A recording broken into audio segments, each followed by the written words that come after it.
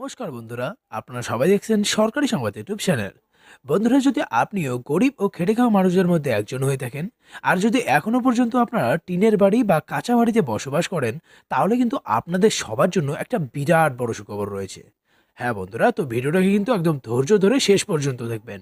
তার কারণ বন্ধুরা, এবার কিন্তু গরিব ও খেটে খাওয়া মানুষদের ব্যাংকের অ্যাকাউন্টে ঘর বানানোর জন্য 1,49,000 টাকা পাঠানো হচ্ছে রাজ্য সরকারের তরফ থেকে। আপনারা হয়তো অনেকেই প্রধানমন্ত্রীর আবাস যোজনার কথা শুনেছেন, কিন্তু এবারের ঘরটা কিন্তু আপনাদের মমতা সরকারের তরফ থেকে দেওয়া হবে। আর এই কথাটা কিন্তু ভোটের আগে মমতা বন্দ্যোপাধ্যায় বিভিন্ন মিটিং মিছিলে পরিষ্কার করেই জানিয়ে দিয়েছিলেন। আর যেমনটা আপনারা ভালোভাবেই জানেন যে আবারও মুখ্যমন্ত্রী হওয়ার পর থেকেই কিন্তু মমতা সরকার গরিবদের জন্য একের পর এক নতুন নতুন প্রকল্প চালু করছে। সেটা লক্ষ্মীর ভাণ্ডারই বলুন, বা তরুণের স্বপ্ন, হাসির আলো, কন্যাশ্রী, যুবশ্রী, রূপশ্রী, জয় জোহার, জয় বাংলা, এমন কিন্তু অনেক প্রকল্প তিনি ইতিমধ্যেই শুরু করে দিয়েছেন। আর ঠিক সেইভাবে কিন্তু তিনি এবারে আবাস প্লাস যোজনাটা শুরু করলেন, যেটাতে আবেদন করলে প্রত্যেককেই 1,49,000 টাকা করে দেওয়া হবে ঘর বানানোর জন্য। তো বন্ধুরা দেখুন, এই বিষয়ে এখানে হেডলাইনে বড় বড় করে বলা হয়েছে যে সারা রাজ্য জুড়ে চালু হলো আবাস প্লাস যোজনা। আবেদন করলেই ঘর বানানোর জন্য পেয়ে যাবেন 1,49,000 টাকা।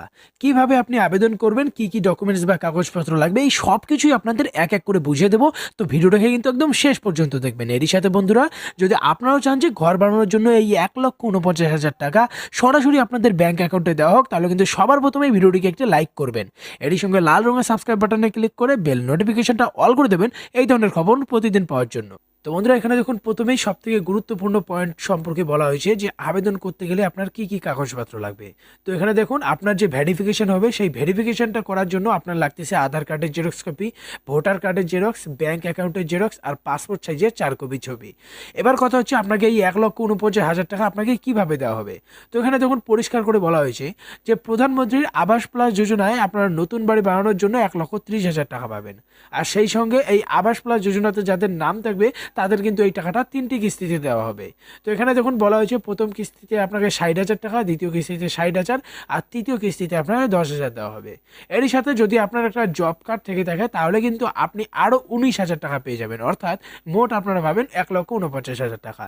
এবার কথা হচ্ছে আবেদন কীভাবে করবেন। দেখুন বন্ধুরা, যদি আবেদন করতে চান, ঘর পেতে চান, আপনার প্রধান পঞ্চায়েতের সঙ্গে আপনার কথাবার্তা একটু ঠিক টাকা রাখতে হবে। দেখুন পরিষ্কার করে বলা হয়েছে এই মুহূর্তে কিন্তু আবাস প্লাস যোজনাতে আবেদন করতে পারবেন না। তার কারণ যে সমস্ত পরিবারের ছবি ইতিমধ্যে আপনাদের পঞ্চায়েত আধিকারিকরা তুলে নিয়ে গেছে, আগে সেই সমস্ত পরিবারগুলিকে সরকারি ঘর দেওয়া হবে। অর্থাৎ যে সমস্ত পরিবারদের ছবি তোলা হয়েছে তাদের সবাইকে ঘর দেওয়া হবে, তারপর আবার নতুন করে পরবর্তী সময় আবেদনের প্রক্রিয়া চালু করা হবে।